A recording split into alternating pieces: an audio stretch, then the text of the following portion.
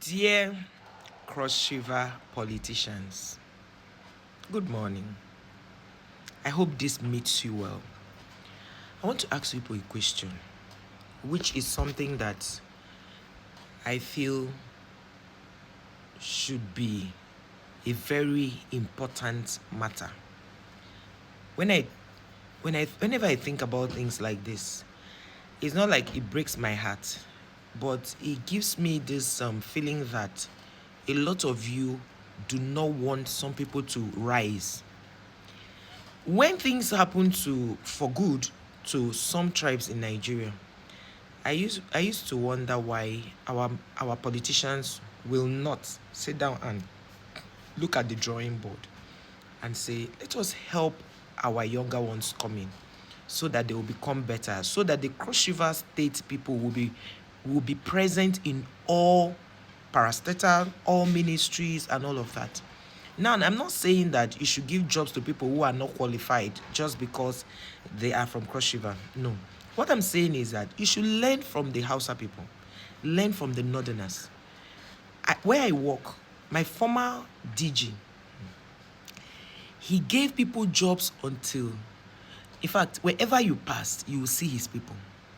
But whenever it comes to Cross River politicians, most of them, I won't say all, they will tell you we are following federal character. So my question is it only in Cross River that federal character works? Is it only in Cross River State that federal character works? How do you feel each time you see that young guy who is a lawyer, that young guy who is who studied psychology, that young guy who is, who went to school, got a degree, went for youth service. Some of them who had foresight went to do master's degree. Some are even PhD holders. They don't even have lecturing jobs. Not like they don't apply. But you have slots that you should give these people. You will not give them. Are you aware that in my office where I work with the federal government. I work in a parastatal. The Cross Riverians in that office are not up to 20. The Cross Riverians in that office are not up to 20. Just recently, we got a deputy director. She didn't even see, no, she became a director, but she did not even get to DG level. Like, you know how in my establishment, they can actually make you a DG if you are the oldest, pending when the president will bring out name, and if the president decides to keep the oldest director, you become the DG. If you will say, oh, any office you go to, you see Hausa people. Go to NCC, one of the very juicy offices, very close to my office. I work in Maitama, in Abuja. Guess how many Yako people are there? It was only, I think at the time I knew, it was just, I think, 2 Ikori people.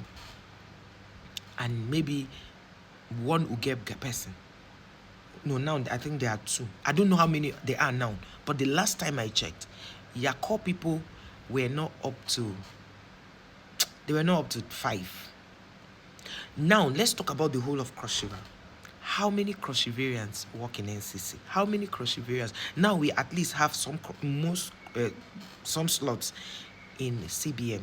We have in NMPC and like that. But how many Cross Riverians are there?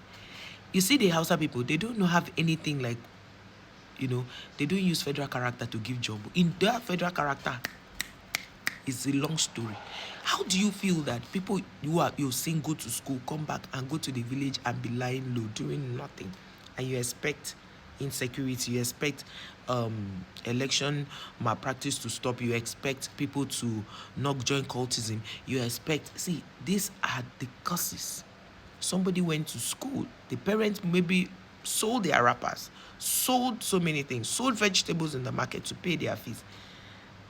I know that yet entrepreneurship is one of the good ways to be self-employed. But let our people be in these offices so that when policies are being made, because some establishments or most establishments will need to send reports to the president during policy making. But how many Cross Riverians are in these places? Look at Basin, where we are supposed to, Basin Authority, where we are supposed to have a lot of Cross Riverians. You go there, you see a lot of Akwa Ibomites there. even inside the crossover states, So let us look at this thing very well. Crossover politicians, take care of our youth, because once you fizzle out, because you can't live here forever, the youth are the ones that will take over. What kind of crossover are you planning to bequeath to the next generation? I just thought to come and bring my 2 cents. If they voted you into power and they give you a slot, give it to crossoverians. Allow crossoverians to have open doors to all these opportunities. And some of you, when they bring opportunities to you and say, invest in this, it is good, you will not patronize the crossoverians. You patronize outsiders. But when the rubber meets the road, it is the crossoverian you will come to look for help from. I just thought to bring my own sense.